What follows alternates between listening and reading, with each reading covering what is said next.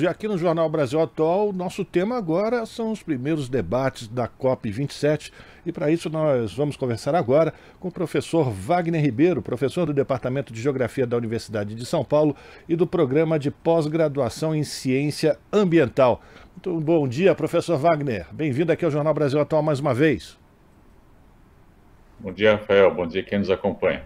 Professor, vamos lá. Na abertura, o secretário-geral da ONU, Antônio Guterres, pediu no discurso de abertura que o cenário de emissões de gases do efeito estufa precisa mudar com um pacto. Ele disse: a humanidade tem uma escolha, cooperar ou morrer, ou um pacto pela solidariedade climática, ou um pacto pelo suicídio coletivo.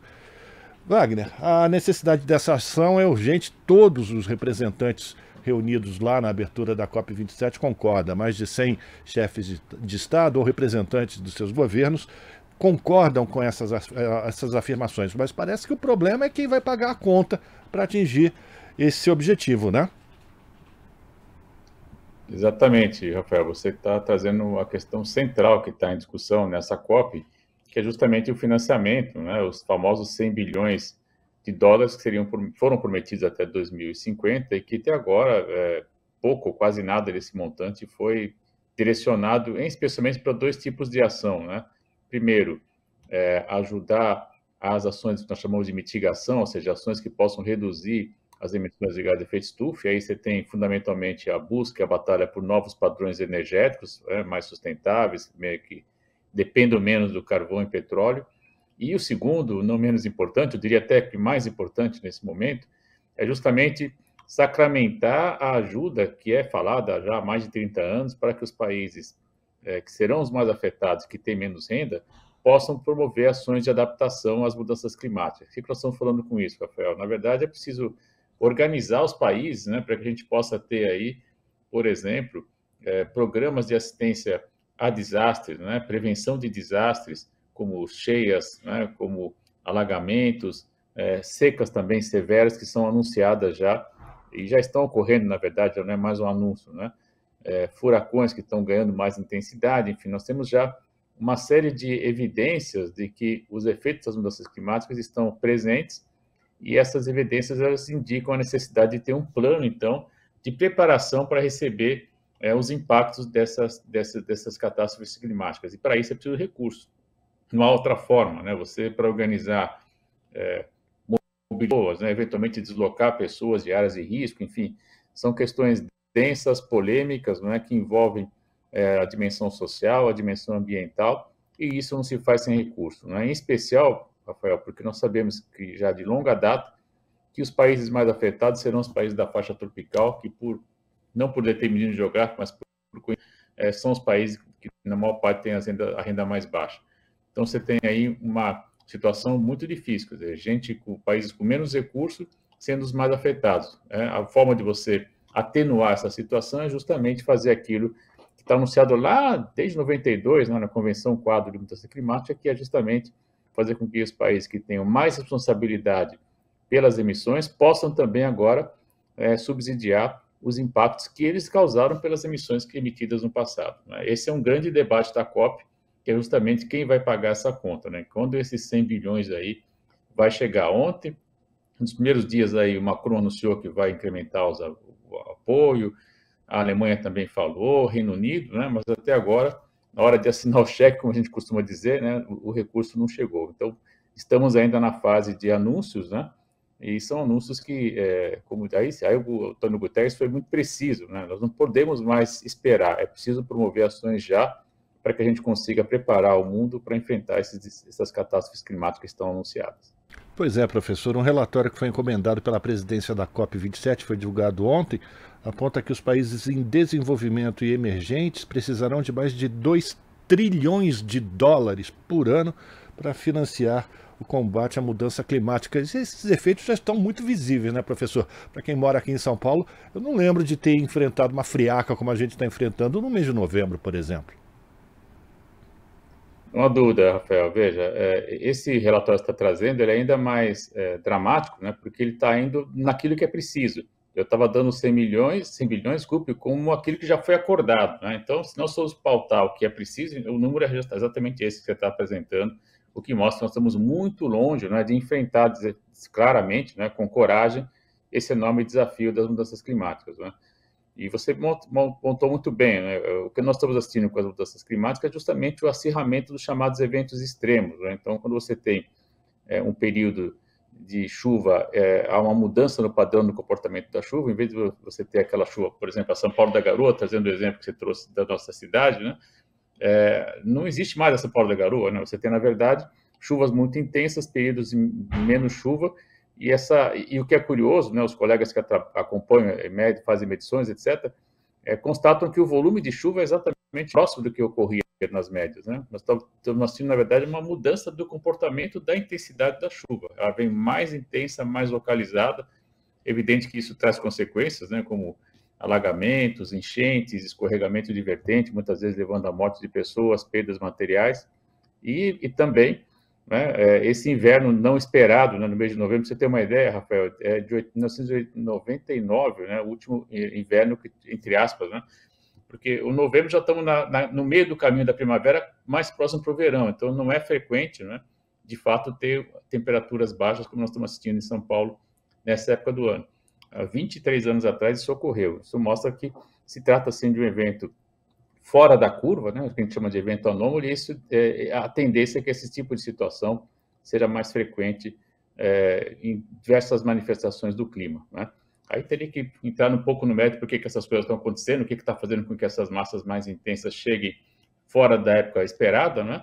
Mas, enfim, de todo modo, as consequências aí. A gente assiste, por exemplo, em novembro, né, temperaturas muito baixas, 12 graus como mínima, 14 graus como máxima, né? Enfim, é uma situação anômala que está corroborando, inclusive, a própria alteração no regime de chuva que já se verifica em São Paulo, por exemplo. A gente está conversando com o professor Wagner Ribeiro, professor do Departamento de Geografia da USP e também do Programa de Pós-Graduação em Ciência Ambiental. Professor, o senhor falou que os países mais afetados serão aqueles da faixa equatorial, né? E aí, nessa faixa, a gente encontra, por exemplo, na América do Sul, Brasil e toda a floresta amazônica, mas também na Ásia. A gente tem porções importantes ainda de espaços de floresta que precisam ser preservados, e esses países continuam sem nenhum acesso a esse tipo de financiamento. É importante que isso seja cada vez mais urgente, de que esses países que são do chamado Norte Rico compareçam com o seu chequinho, né? Não há dúvida. Veja, Rafael, essa é a grande questão que está em debate, né? Nós sabemos que os países que detêm floresta em pé, né? Você lembrou bem o caso do Brasil, mas tem também a República do Congo, na África, né? A Indonésia, né? Enfim, também está presente. E foi anunciada ontem a intenção de uma articulação entre Brasil, Indonésia e República Democrática do Congo. São 3 grandes países com muita floresta em pé. Qual a importância da floresta em pé, né? São estoques de carbono que estão retidos, né, na forma das árvores. Então, é um serviço ambiental muito importante que esses países prestam no controle das mudanças climáticas, porque se você desmatar isso tudo e jogar esse carbono para a atmosfera, você vai estar, na verdade, agravando o problema da mudança climática. Então, a conversa que se teve ontem é de que é possível articular esses 3 países para conseguir, de maneira um pouco mais incisiva, eu diria, né, ter uma frente aí dos países de grande biodiversidade, né, com esses serviços ambientais, e tentar, dessa forma, pressionar também para ter algum recurso para a salvaguarda dessas florestas e, ao mesmo tempo, manutenção dos serviços ambientais.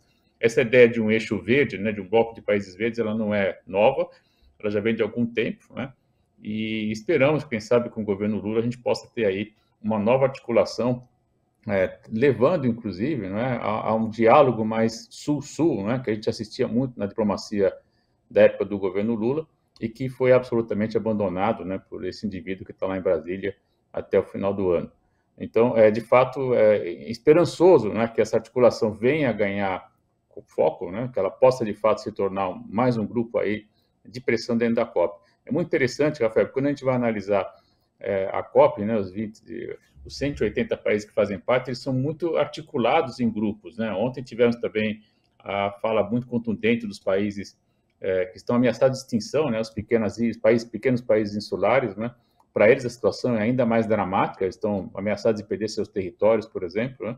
Tem também o chamado Grupo Guarda-Chuva, enfim, tem também o lobby dos países produtores de petróleo, enfim, você tem aí um conjunto, né, uma regionalização muito própria, muito específica, que ocorre na COP. Eu acredito que se houver, de fato, essa articulação, né, política entre os países que detêm estoque de carbono na forma das florestas, né, isso pode ser também mais um elemento de discussão, de promoção de ações na perspectiva da manutenção da temperatura desejada, né, que é até 1,5 graus de acréscimo, que já vai crescer, não há mais dúvida, né? Nós temos que fazer agora um esforço para que não passe de 1,5 graus e, dessa forma, tentar diminuir os efeitos que essas mudanças vão trazer em escala planetária. Até porque parece que esse é o limite, né, professor? A partir de 2 graus parece que não temos mais o retorno, né? Aí é só ladeira abaixo, digamos assim. Mas eu queria falar sobre a expectativa da participação do presidente eleito Luiz Inácio Lula da Silva. Também já foi aventado que a Marina Silva estará presente à COP27. A expectativa do mundo para a chegada de Lula à presidência e a possibilidade de sua participação, de sua articulação para encaminhamento de soluções conjuntas para o enfrentamento dessa questão tão problemática. Veja, Rafael, essa é uma questão muito importante, né, porque mostra claramente que o mundo já quer falar com o presidente eleito, né, diferente do que alguns ainda insistem, né, em não reconhecer no Brasil, inclusive trazendo problemas aí de circulação, coisas que são realmente intoleráveis, né, num país democrático como é o nosso, né.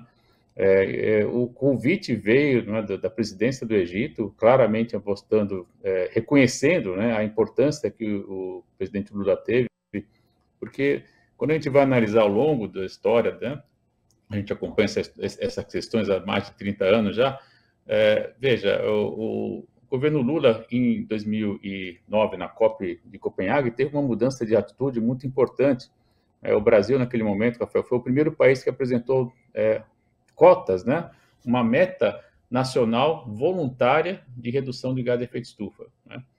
E a partir dali, você teve depois, no Acordo de Paris, 2015, a adoção das cotas pelos países em geral. Então, de fato, né, a liderança brasileira naquele momento gerou um novo modelo, né? Podemos entrar no mérito se o que está sendo prometido é suficiente ou não, sabemos que não é, né? Mas é o que eu costumo dizer, se nós tivermos a meta, ainda que insuficiente, temos por que brigar, por que lutar, né? Se não tivermos nem essas metas, o que será do mundo, né? Aí vamos cair no suicídio climático que disse o Antônio Guterres na abertura da convenção, das partes agora, né, lá no Egito. Então, eu diria que a expectativa é muito grande, porque ele pode, de fato, né, esperamos, né, anunciar uma mudança de direção no Brasil. Essa mudança passa fundamentalmente pelo controle do desmatamento. É a nossa grande fonte de emissão, Rafael. Isso nós sabemos que é possível fazer hoje, sim. Temos sistemas de monitoramento de satélite que foram abandonados, né, foram deixados de lado, foram pouco utilizados ou foram desconsiderados, na verdade, né? O INPE tem técnicos muito qualificados que foram subutilizados, né? As análises não foram levadas a sério para que a gente pudesse ter uma ação no campo imediatamente após o registro da indicação de eventual desmatamento, né? Se isso mudar, já é algo muito importante, né, que vai reduzir as emissões do Brasil, e o Brasil hoje está entre os 6 maiores emissores do mundo, tendo como principal fonte o desmatamento. Então, se trata, assim, de um papel de destaque, né, no planeta, e, evidentemente, que a expectativa é que o governo Lula, junto com a Marina Silva, que tem também uma vasta experiência, já foi ministra do Meio Ambiente, é uma liderança reconhecida com prêmios internacionais, inclusive pela ONU, esse conjunto, né, e parece que acena claramente para a volta do país, do Brasil, como uma liderança importante no jogo da ordem ambiental internacional das mudanças climáticas. Então, há muita expectativa, assim, e imagino que ele deve estar, pela próxima semana, né, anunciando alguma coisa por lá também, o que é muito importante e retoma a posição do Brasil nesse jogo político fundamental. Professor, nosso tempo já está acabando, mas eu queria a sua avaliação também de um outro anúncio que parece que pode ser feito durante a COP27, que é a apresentação da deputada Sônia Guajajara como provável ministra dos povos originários, uma promessa também do presidente eleito Lula, e a importância da criação de um ministério desse, quando a gente lembra que os povos originários são os maiores preservadores das florestas, do meio ambiente, da diversidade, a importância desse ministério também no esforço de conter ou de reverter esse desmatamento que tem sido verificado no Brasil nos últimos 6 anos. Veja, Rafael, esse é um anúncio da maior importância, da maior relevância, né? Nós sabemos que o Brasil é um país que tem povos originários, é um país de diversidade cultural muito rica, né, que tem vários povos originários, e criar esse ministério é reconhecer a importância, né, desse segmento da sociedade brasileira, que foi massacrado nesses últimos 4 anos, infelizmente, né? Com suas terras invadidas, enfim, com seus valores culturais sendo desprezados, né? Inclusive em fóruns multilaterais. Então, a criação, na verdade, né, significa a volta do reconhecimento dos povos originários. Aquilo que está na Constituição, diga-se de passagem, né?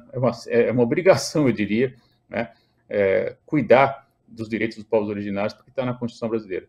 Mas você trouxe uma questão ainda mais importante, que é justamente o reconhecimento de que os povos originários, eles conseguem ter um estilo de vida, um gênero de vida, uma organização social que permite a sua reprodução, mas também permite a oferta dos serviços ambientais e ecossistêmicos, que são fundamentais, por exemplo, para ter água em São Paulo, por exemplo, para ter água no Paraná, né, que está lá parado, até em Santa Catarina chega a água da chuva da Amazônia, né?